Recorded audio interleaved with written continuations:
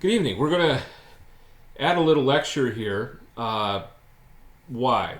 Uh, Normally in this class, as you as students progress with your solid modeling capabilities, we would send you down to the maker space and have you build something, which is really a cool thing to go and design something and then build it in 3D, and you start to run it, you come back the next morning and it's all done, which is really cool to see. The only problem is that most of you aren't on campus, and even if you were on campus, because of the COVID situation, the maker space where you could go is closed down. I'm told it may actually, they may have opened a limited amount of it up, but it's basically not accessible. So we can't have you build something. And it's a nice experience. So we thought, well, let's just, as a profs, why don't we design and build something? And so since I'm the one that's involved with teaching that fell to me, which is fine. And so I decided, and so given a $20 plastic budget, the question was, what could I do? And so this was my idea. I think I may have mentioned it in the early lectures at the start of the course, but I recently took up model railroading. Why would I do that? Well, it's not an unusual hobby, but the reason I did it is because of my dad. I'll just say my mom grew up on the railroad. Her father worked for the Chesapeake and Ohio Railroad for over 50 years, so she came from a railroading family. My father grew up growing up around Chicago. Railroads all over the place. But he had Lionel trains growing up. His father had a business where they used to travel all over the country. Well, they would do that on rail back in those days. He has photo albums from up through college level where he would go out to train yards and take pictures of different kinds of trains going in and out and around. So he loved trains. So as I said, he had Lionel growing up, Lionel trains, and then as I was a kid, we actually had a rather large HO train set in our basement that he designed and built. And unfortunately, a lot of those cars in one of our moves actually was lost by the moving company. That's kind of a sad thing. But in any case, trains were always a big part of my dad's, for my dad and how he related to my mom. My mom passed away in 2017, and Dad didn't handle it well. He was of the generation that, let me be blunt, he doesn't know how to run a toaster. He doesn't know how to do his clothes, clean his clothes. He never cleaned house. It was a very traditional family in many ways.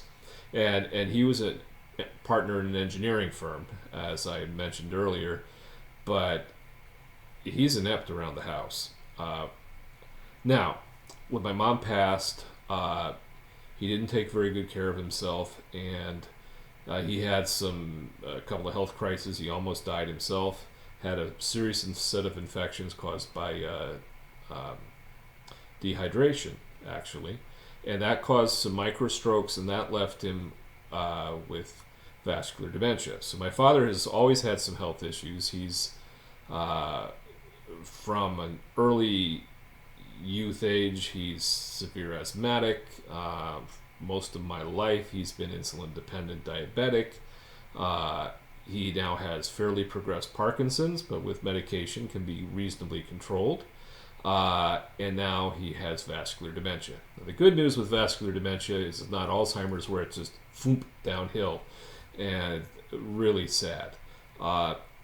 We've got him in pretty good health now, and so as long as he doesn't have more microstrokes, he will kind of plateau, and so we're grateful for that. And he has a lot left, but he can't begin to take care of himself. Like many people who have dementia, who are very high functioning, they're very frustrated. They can't do the things they used to do, and they fixate on problems, and they generally drive people crazy. And so taking care of them is a real challenge.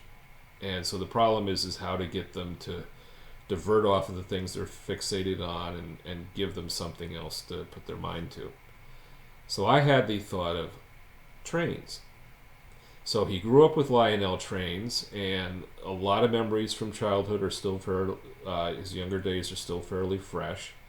Um, it's the short term he has trouble with.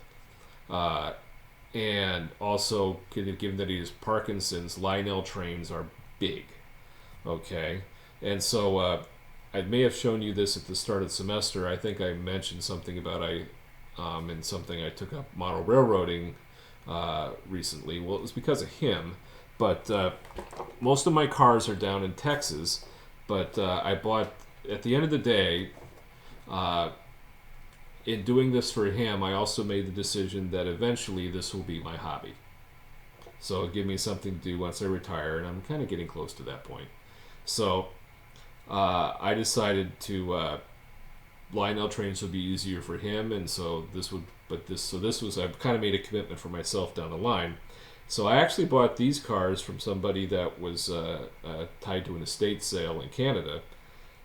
So I just had them shipped here. I'm going to spend the money to ship them down to Texas. So these three I have. Down in Texas, I've got about 50 freight cars, 9 engines, what to be for like 6 passenger cars. So most of it's there. But I have these here. And so if you're not familiar with what a Lionel train is, trying to line it up so I get in the camera here, that's what these are. These are O gauge, and they're pretty good size. This thing from end to end is 19 inches long. Okay, and with their size, they can do all sorts of realistic things. You can see here's like the diaphragms on the end, and we have people inside. If I could put this on the rails right now and run it, the interior is fully lit, and there are people in there. And right here. That's whoops. So if you look right at that finger there, I'll try to bring it right up to the camera. If you look there, there's actually a sailor reading a newspaper while he's riding along on the rails. So that's just kind of cool. And again, this is something that with my father, with his Parkinson's, can handle. So that kind of works. Smaller trains will be easier when you're going to model, and they're a lot less expensive, but for him and his state, these make a lot of sense. But they're freaking expensive. Anyway, but what's neat is that we actually have a device that, given his Parkinson's, will allow him that he can actually put the trains in the track. So we have a little device for that, and so this has worked out really, really, really, really well. So what am I going to do with trains for him? Okay, try to set this up. I'll just comment. I did this as an idea to give him trains to hopefully give him something to occupy his mind. It's the best idea I ever had. Okay, this has worked phenomenally. It stimulates him. All sorts of memories and ideas come out of his mind from doing this, and it also puts him to sleep. Keep the trains on long enough, he'll fall asleep just watching them. I guess it's hypnotic or something, but he just loves it. The trains in his house run at least 2 to 3 hours every day. With all the trains we have, we can actually keep 3 trains in the tracks. We generally now keep a steam-driven freight train, a diesel-driven freight train, and a passenger train. And we have enough cars that every couple of weeks he'll be taken into the storage closet, and he can decide what train themes he wants on his trains, and then he can put them on the tracks himself with this device that we have. So this has just been the most amazing thing for him. Now, the one problem we have is, I'll show you in a bit, but I first got him diesels, because they are a lot cheaper. When you're looking at buying an engine, you're looking 2, 3, 4 times the cost if you want a steam engine, depending on how sophisticated it is. I didn't see the need for that at this point, but he really wanted a steam engine, so I got one. I'll show it to you, a picture of it here shortly. And what it is, it's a little bitty switcher. Okay, it's about 8 inches long, so it's probably more like that long. And if you need to understand how steam engines work, go Google this. But if you go look up steam engines, what you generally find is you'll have an engine, and then in behind it is what's called a tender. And the tender is where they hold the fuel, coal, wood, whatever it's going to burn, oil sometimes in some of the models, and a whole bunch of water. Because if you think of what a steam engine does, is you generate the steam, but it's not like a power plant where it recycles it all the time. It sends it out to the wheels, and that's what drives the wheels, and the steam is released. So it's losing its steam constantly. Therefore, it needs to be able to make more, hence it has to bring all the water along. Okay, so that's what the tender does. Now, because I didn't want to spend a lot of money on a steam engine, I bought this little switcher. And it's cute as anything. And what the little switchers did is they didn't have a tender. They would have a little bitty bunker for coal, and below that, most likely, would have been a tank where they hold water.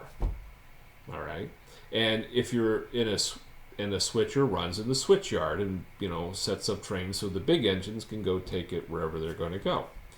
And so the switcher simply, if it needed fuel, would go over to the fuel supply or over to the water tank and get what it needed. It didn't have to carry a lot, okay, because it was within 2 miles of all the time of its supply, so that was not a problem for them. Dad can't get his head around that. So in the world of Lionel trains, and there are more people than Lionel that make steam engines, but they all of them, if you buy conventional steam locomotive, you got the locomotive, you have the tender, and they have a special coupler between them. It's not a normal one like they use for all the other cars. So, but this steam engine I bought, it has normal couplers in the front and the back because it doesn't need a tender. So if I were to buy a tender to shut him up, it wouldn't work. Now, so to buy a decent tender is $30-40. Now, it won't match up with this engine because it has a funny connector on it. I could take off the trucks and that coupler, put on another set. That would cost me $25 or so. And then I got shipping, taxes, and whatever. So I'm looking at a $70-80 bill to give him a tender with that engine.